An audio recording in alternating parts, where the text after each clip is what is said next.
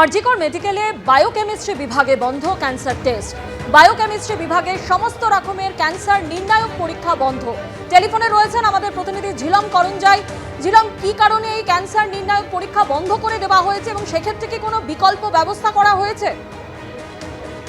যেটা জানা যাচ্ছে আরজিকর মেডিকেল কলেজ হাসপাতাল সূত্রে যে এই বায়োকেমিস্ট্রি ডিপার্টমেন্টে যে বিভিন্ন মেশিন রয়েছে তার মধ্যে দুটি মেশিন অত্যন্ত গুরুত্বপূর্ণ, যার মধ্যে ক্যান্সার বায়োমার্কার টেস্ট হয় এবং হরমোনাল টেস্ট হয়।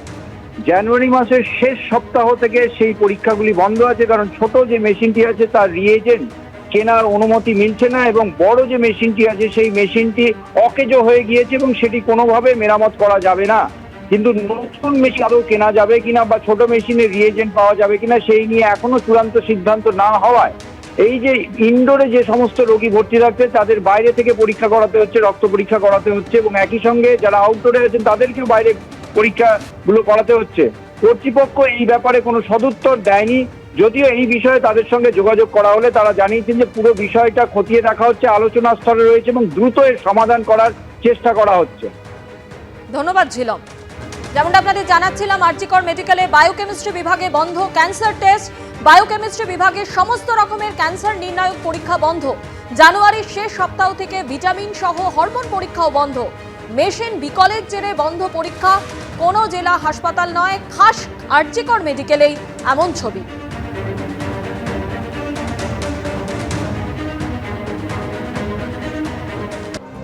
বজবজে বোমাবাজির পর জীবনতলায় একেবারে গুলির পাহাড়। সেই গুলির পাহাড় মানে যে 190 রাউন্ড গুলি উদ্ধার হয়েছে সেই ছবি আপনাদের সামনে রাখবো। 190 কার্তুজ উদ্ধার হয়েছে। আমাদের সঙ্গে রয়েছেন আমাদের প্রতিনিধি পার্থ প্রতিম ঘোষ। পার্থর কাছে আসবো, কিন্তু বিস্তারিতভাবে আপনাদের সামনে তুলে ধরবো সেই ছবি, অর্থাৎ জীবনতলার ক্যানিং এর জীবনতলায় 190 কার্তুজ উদ্ধার হয়েছে। অর্ডিন্যান্স ফ্যাক্টরিতে তৈরি এই কার্তুজ 190 রাউন্ড কার্তুজ। ধৃত 4 জনের মধ্যে একজন কলকাতার বৈধ অস্ত্র বিপণনের কর্মী। কিন্তু কোন উদ্দেশ্যে, কিভাবে এই কার্তুজ মজুত রাখা হলো? কোনো বড় সড়ো পরিকল্পনা ছিল কি? পার্থ, এত কার্তুজ এলো কোথা থেকে?